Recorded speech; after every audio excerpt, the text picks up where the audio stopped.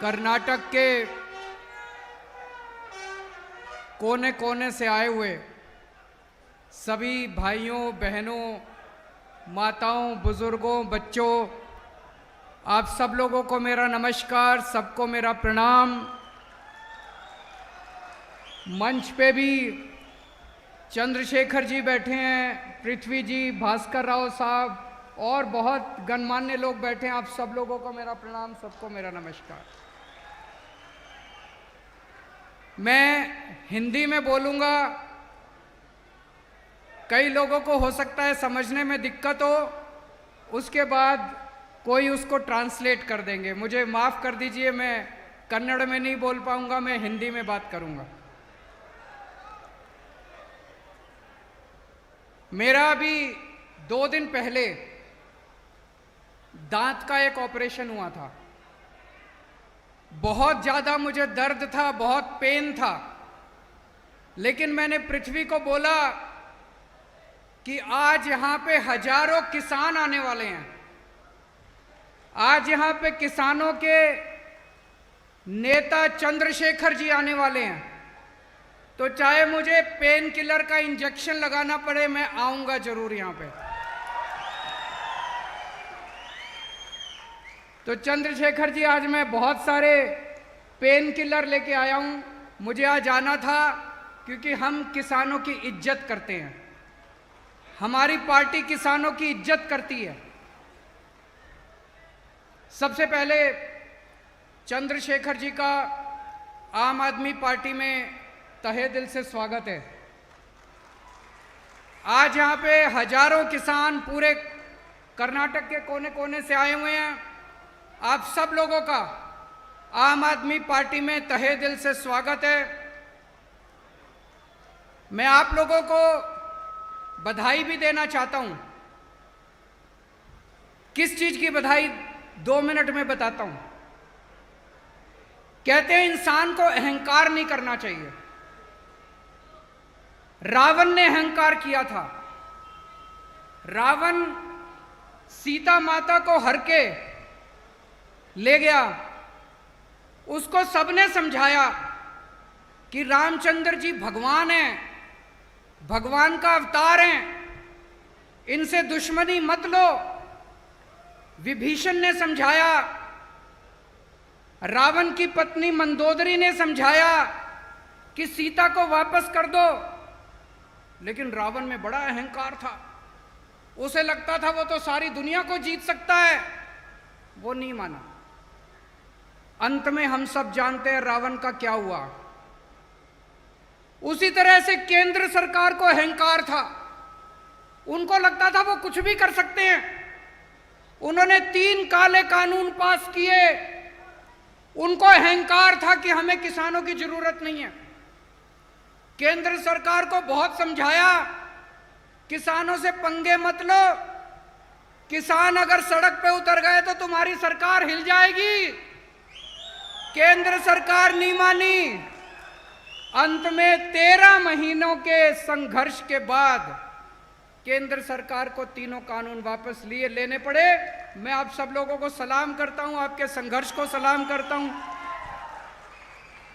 आपने वो कर दिखाया जो कोई नहीं कर पाया। उनके अहंकार को आपने रौंद दिया। आज किसानों को राजनीति में आने का निर्णय क्यों लेना पड़ा? 75 साल हो गए आजादी को। 75 साल के बाद भी आज किसानों का इतना बुरा हाल है। देश के कोने कोने में किसान आत्महत्या कर रहे हैं। किसान, छोटा किसान खासकर, इतनी गरीबी की हालत में जीता है। किसान का बेटा किसान नहीं बनना चाहता। वो चाहता है मैं कुछ और बन जाऊं, लेकिन मैं किसानी नहीं करूंगा। इन्होंने किसानों का बुरा हाल कर दिया।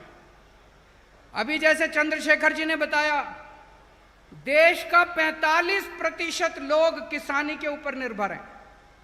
इतनी बड़ी जनसंख्या के अंदर लोग अगर किसानी पे निर्भर हैं, अगर ये सब लोग इकट्ठे हो जाएं तो बड़ी से बड़ी सरकारों को गिरा सकते हैं। चंद्रशेखर जी, हम भी आंदोलन से निकले हुए हैं। हम भी रामलीला मैदान में बैठा करते थे अन्ना हजारे जी के साथ। हमें भी, हम क्या कह रहे थे? हम कह रहे थे भ्रष्टाचार दूर करो, भ्रष्टाचार खत्म करो। उन्होंने हमें चैलेंज किया, बोले केजरीवाल जी भ्रष्टाचार दूर करना है तो चुनाव लड़ो, राजनीति में आओ, खुद चुनाव लड़ लो। हमने कहा जी हम बड़े छोटे लोग हैं, हमसे चुनाव नहीं लड़े जाते, आप लोग भ्रष्टाचार दूर करो। उन्होंने कहा नहीं, आप चुनाव लड़ो और आओ और आप सिस्टम बदलो।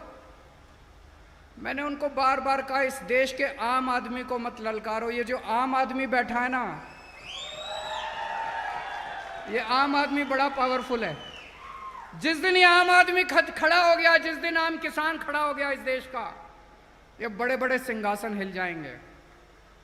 इन्होंने हमें ललकारा, आम आदमी पार्टी बनी, पहले दिल्ली में सरकार बनी, फिर पंजाब में सरकार बनी और अब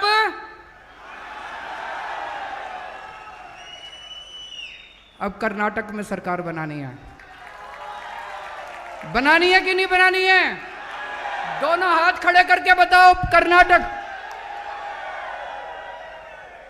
अभी मैं सुन रहा था, चंद्रशेखर जी बोल रहे थे इसके पहले वाली सरकार 20% की सरकार थी, अभी वाली सरकार 40% की सरकार है, दिल्ली में 0% की सरकार है। और ये मैं नहीं कह रहा, दिल्ली में कट्टर ईमानदार सरकार है, एक पैसे की रिश्वत नहीं लेते, एक पैसे की। इस बात का सर्टिफिकेट मैं हमारे देश के प्रधानमंत्री नरेंद्र मोदी जी से लेके आया हूं कि केजरीवाल सबसे ईमानदार आदमी है। कैसे? प्रधानमंत्री जी ने मेरे ऊपर सीबीआई की रेड कराई, सीबीआई वाले मेरे दफ्तर में आए, मेरे घर पे सीबीआई की रेड हुई, दिल्ली पुलिस की रेड हुई, इनकम टैक्स की रेड हुई, सबकी रेड हुई, मेरे बेडरूम को भी छान लिया उन्होंने, कुछ नहीं मिला। तो हार के प्रधानमंत्री जी को सर्टिफिकेट देना पड़ा कि सबसे देश में सबसे कट्टर ईमानदार एक ही मुख्यमंत्री है, केजरीवाल। उन्होंने मनीष सिसोदिया के ऊपर रेड कराई, मेरे सारे मंत्रियों के ऊपर रेड कराई, मेरे 20 एमएलए के ऊपर रेड कराई, कुछ नहीं मिला उन लोगों को। सबसे कट्टर ईमानदार सरकार है, पहले दिल्ली में बनाई, उसके बाद पंजाब में बनाई, अब कर्नाटक के अंदर भी ईमानदार सरकार बनाई। ये 20% और 40%, ये सारा हिसाब किताब इनका बंद करना पड़ेगा। मैं एक आम आदमी हूं, मुझे पॉलिटिक्स करनी नहीं आती, मैं आप ही की तरह हूं। मेरे भी घर में मेरी वाइफ है, मेरे बच्चे हैं, मेरे माँ बाप मेरे साथ रहते हैं, पर मैं एक आम आदमी का दर्द समझता हूं। एक आम आदमी किस तरह से इतनी महंगाई के जमाने में अपने बच्चों को पालता है, मैं ये समझता हूं। एक आम आदमी क्या चाहता है कि मेरे बच्चों को अच्छी शिक्षा मिले, अच्छे स्कूल में शिक्षा मिले। जब हमारी सरकार बनी, दिल्ली में सरकारी स्कूलों का बहुत बुरा हाल था, कर्नाटक में भी मुझे बताते हैं सरकारी स्कूलों का बुरा हाल है कि नहीं है? सरकारी स्कूलों का बहुत बुरा हाल था। आज दिल्ली के सरकारी स्कूल प्राइवेट से ज्यादा अच्छे हैं। 5 साल के अंदर, 5 साल में हमने दिल्ली के सरकारी स्कूल बदल दिए। इस साल सरकारी स्कूलों का, दिल्ली के सरकारी स्कूलों का 99.7% रिजल्ट आया है।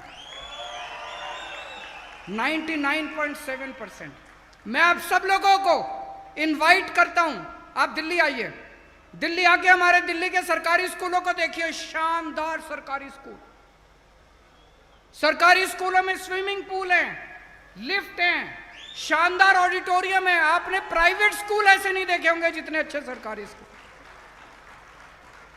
इस साल 4 लाख बच्चों ने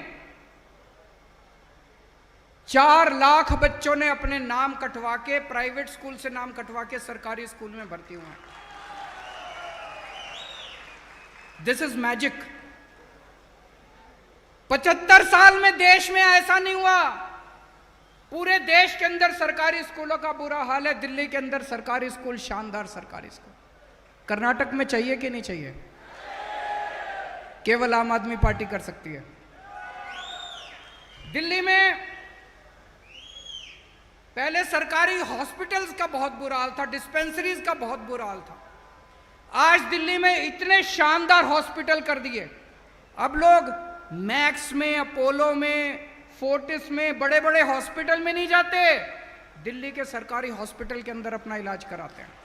और सारा इलाज मुफ्त है, सब कुछ मुफ्त है। आपको अगर बुखार है, क्रोसिन चाहिए, वो भी मुफ्त है। अगर आपको बहुत बड़ी बीमारी हो गई, किडनी ट्रांसप्लांट कराना, 40 लाख 50 लाख रुपए का भी खर्चा आएगा, वो भी मुफ्त है।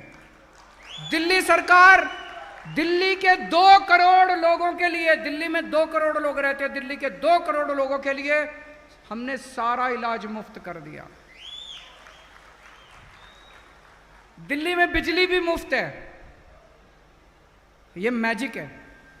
पहले दिल्ली में बिजली खूब जाया करती थी, 7-7, 8-8 घंटे के पावर कट लगते थे। अब दिल्ली में 24 घंटे बिजली आती है और मुफ्त बिजली मिलती है लोगों को। 0 बिजली के बिल आते हैं, 0 बिजली के बिल। आप लोग आश्चर्य करेंगे कैसे। एक ही चीज है, हम ईमानदार हैं, हम पैसे नहीं खाते, हर चीज में पैसे बचाते हैं, ईमानदार सरकार है। इतना पैसा बचाया हम लोगों ने, इतना पैसा बचाया। इतनी महंगाई के जमाने में हमने 5 चीजें मुफ्त कर दी दिल्ली के लोगों के लिए। शिक्षा मुफ्त है, शानदार सरकारी स्कूल। आप अपने बच्चों को सरकारी स्कूल में भेजो, सब कुछ मुफ्त। आपकी सारी हेल्थ मुफ्त है। आपके घर में कोई भी बीमार होगा, किसी भी तरह की बीमारी होगी, सारी दवाइयां, सारे टेस्ट सब मुफ्त है। आपका बिजली मुफ्त है, आपकी पानी मुफ्त है, पूरी दिल्ली के लोगों का पानी मुफ्त है। और महिलाओं के लिए बसों में ट्रांसपोर्ट मुफ्त है। केवल एक चीज की वजह से, हम ईमानदार सरकार है, कट्टर ईमानदार सरकार है, इसीलिए वो लोग हमसे डरते हैं। हमें राजनीति करनी नहीं आती, हमें केवल काम करना आता है। लेकिन दोस्तों, पिछले कुछ दिनों में देश में कुछ ऐसी घटनाएं घटी जिससे मेरे दिल को बहुत तकलीफ हुई है। उत्तर प्रदेश में लखीमपुर में इनके एक लड़के ने किसानों को सबके सामने जीप से कुचल दिया। देखा आप लोगों ने वीडियो, किस तरह से इनके एक लड़के ने किसानों को, सबके सामने किसानों को कुचल दिया। ऐसे आदमी के साथ क्या करना चाहिए? उसको सख्त से सख्त सजा मिलनी चाहिए। और इन्होंने क्या किया? ऊपर से नीचे तक सारी पार्टी, ऊपर से नीचे तक सारी सरकारें मिलके उसको बचाने में लग गई और उसको रिवॉर्ड दिया। उसके पिताजी को इन्होंने मंत्री बना दिया। ऐसे देश कैसे आगे बढ़ सकता है जहां पे मर्डर करने वाले लोगों को इनाम दिया जाएगा? ऐसे देश तरक्की नहीं कर सकता।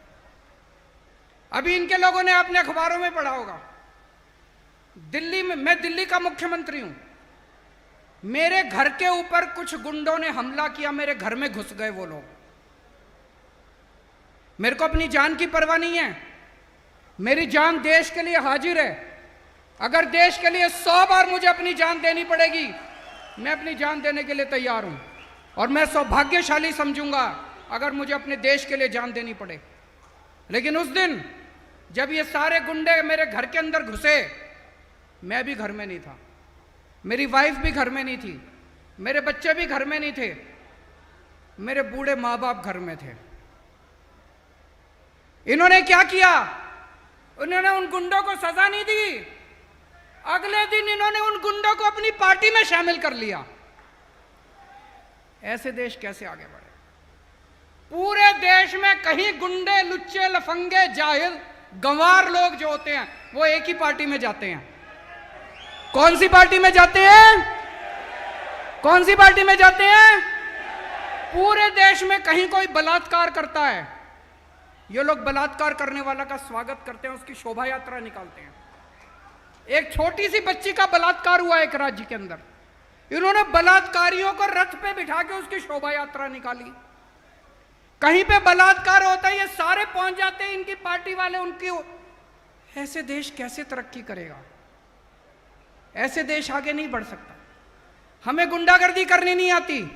आम आदमी पार्टी शरीफों की पार्टी है, आम आदमी पार्टी देशभक्तों की पार्टी है, आम आदमी पार्टी ईमानदार लोगों की पार्टी है। हमें गुंडाई करनी नहीं आती, हमें स्कूल बनाने आते हैं। हमें लफंगाई करनी नहीं आती, हमें दंगे करने नहीं आते। आज पूरे देश में दंगे हो रहे हैं। कौन करा रहा है ये दंगे? कौन सी पार्टी दंगे करा रही है? सारे जानते हैं कौन सी पार्टी दंगे करा रही है। हमें दंगे करने नहीं आते। ऐसे इस देश के लोग नहीं चाहते कि दंगे हो। इस देश के लोग शांति चाहते हैं, इस देश के लोग शांति से जीना चाहते हैं। अगर आपको दंगाई चाहिए तो उनको वोट दे देना। आपको स्कूल चाहिए, मेरे को वोट दे देना। अगर आपको गुंडागर्दी चाहिए, उनको वोट दे देना। अगर आपको अस्पताल चाहिए, केजरीवाल को वोट दे देना। मेरे को दंगाई करनी नहीं आती, मेरे को गुंडाई करनी नहीं आती। स्कूल बनाने आते हैं, अस्पताल बनाने आते हैं, सड़कें बनानी आती हैं, बिजली देनी आती है, पानी देनी आती है, कट्टर ईमानदार सरकार देनी आती है हम लोगों को। दोस्तों, आज मैं बेहद खुश हूं। आज इस मंच के जरिए, जैसा चंद्रशेखर जी कह रहे थे, ये एक तरह से इतिहास रचा जा रहा है। मैं पूरे देश के किसानों का आह्वान करता हूं, आइए पूरे देश के किसान आम आदमी पार्टी ज्वाइन करें। आइए मिलके, जब तक इस देश का किसान खुशहाल नहीं होगा, तब तक हम लोग चैन से नहीं बैठेंगे। भारत माता की इनकलाब, इनकलाब।